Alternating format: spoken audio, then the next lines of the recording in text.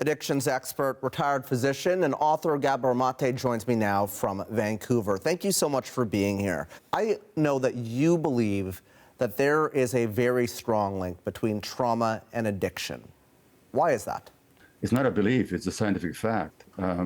The research is totally clear that the greater the risk, the greater the trauma a person experiences in childhood, exponentially the greater the risk of addiction to substances or other behaviors in adult life, number one. Number two, the scientific research is also absolutely clear that childhood experiences shape the human brain, so that the brain is shaped by our interactions with our environment, and the more trauma, stress, suffering there is, the more the brain circuits later on implicated in addiction become harmed and affected by that early stress. So, it's not a matter of what I believe, it's a matter of what the research shows. And, when we're talking about trauma, this is not just physical. What do we mean when we're talking about trauma? Trauma literally means a wound. It's a Greek word for wounding. And people can sustain physical wounds, obviously, but they can also sustain psychological wounds. And a psychological wound is a deep hurt that hasn't healed. So if you look at the populations that are most prone to addiction later on in life, they're the ones who were most abused as kids or neglected, or there was violence in the family, or there was a parent being jailed, or a parent being addicted, a parent dying. It's not accidental that in Canada, by far the highest risk for addictions strikes our Indigenous population because of the multi-generational history of trauma imposed by the colonial system in the residential schools. So the link between wounding, trauma, and addiction is absolutely clearly established, both epidemiologically and neurobiologically. So is substance use a way to soothe that trauma?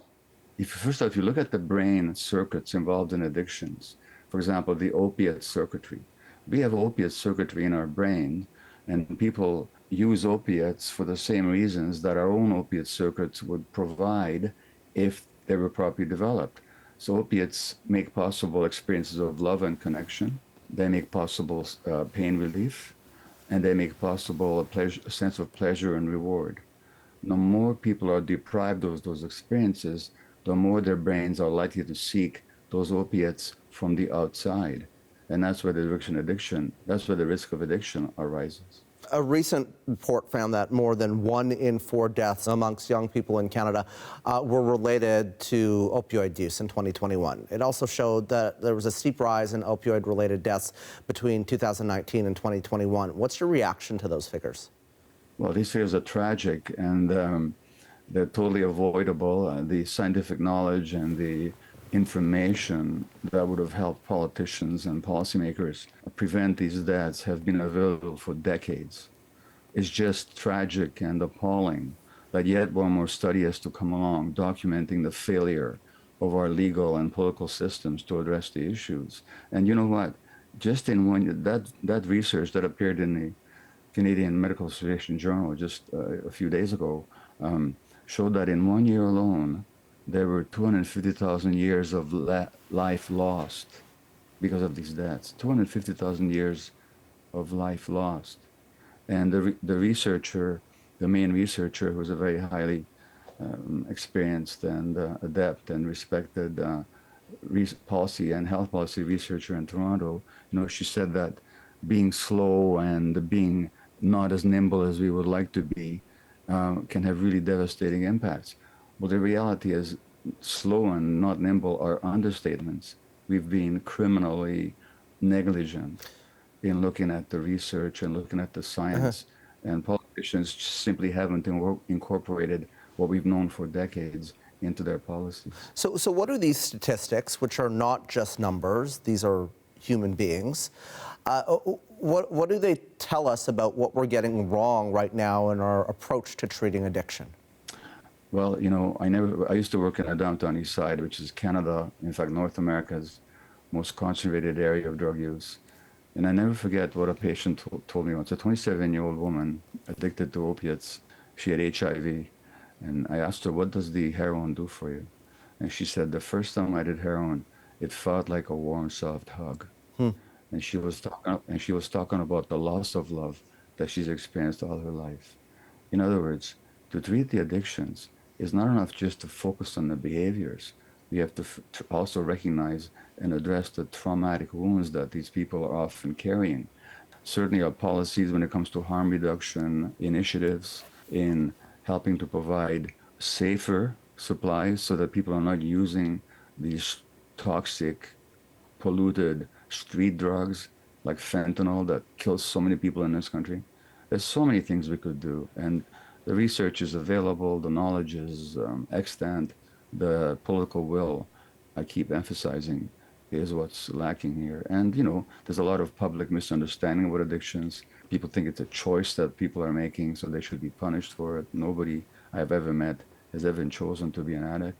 All I'm saying is that if we actually took the science that we have and we incorporated it into our medical policies, treatment policies, prevention policies, and political stance, we could be saving so many lives and improving so many lives. Someone, who you talked about there, who is living on the streets right now, deeply addicted, they don't seem to be, at least on the surface, in a place to unlearn trauma. So where do we start with people like that are addicted? Well, I have to take a step back and say that's not where we start. We start by educating physicians about trauma. The average physician does not get a single lecture on trauma in all the years of medical school. It's astounding, given all the research connecting trauma, mental and physical illness, and addictions, and yet it's true. I'm told this by medical students all the time and other physicians. We need to treat educators about trauma, because many of the kids who are in trouble in school and at greater risk for addiction later on actually are acting out their trauma. So instead of seeing their behaviors as behavior problems to be punished or controlled, we need to have a trauma-informed medical system, education system, and not to mention a legal system. The average lawyer the average prosecutor, the average judge does not get a single lecture on trauma, even though the vast majority of people going through the criminal justice system are traumatized people. So what this is a huge lack between, again, the evidence and human reality and our institutions. You support drug decriminalization. British Columbia is currently running a decriminalization project, which started in January 2023, but critics have said that it's failed to reduce overdose deaths. What do you make of the BC pilot program so far? It's well-intentioned, but it's just a small step. I mean, I need a much broader and much deeper approach. I mean, as long as this country keeps generating trauma for so many people, you can't expect one measure to reduce significantly the number of deaths and the harm that's being caused by addictions. So I think it's a good step, but it needs to be countrywide, and it needs to be accompanied by a whole set of other policies, which incidentally, lest people think that I'm talking about big financial expenses, would be probably saving the country money as opposed to what we spend on law enforcement and incarceration. So, it's a step, it's a necessary step, but it exists in a context that doesn't support it. Critics also say that this is going to increase use. And this has become heavily politicized, this debate around decriminalization and safe supply. Why do you think that is? Well, first of all, the critics don't know what they're talking about. It's that simple. Do you think anybody makes a decision? Do you think anybody starts using heroin because there's safe supply? That's not why people are getting addicted. People are getting addicted to soothe their pain. Opiates are painkillers.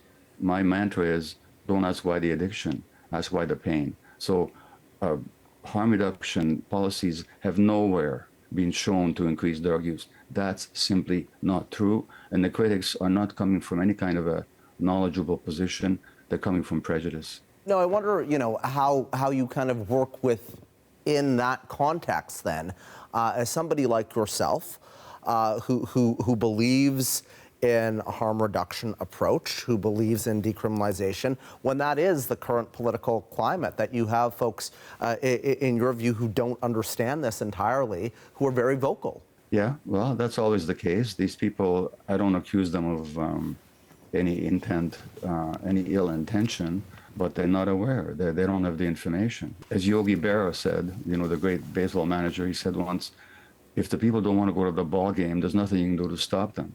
I can't help these people who are not willing to look at the evidence.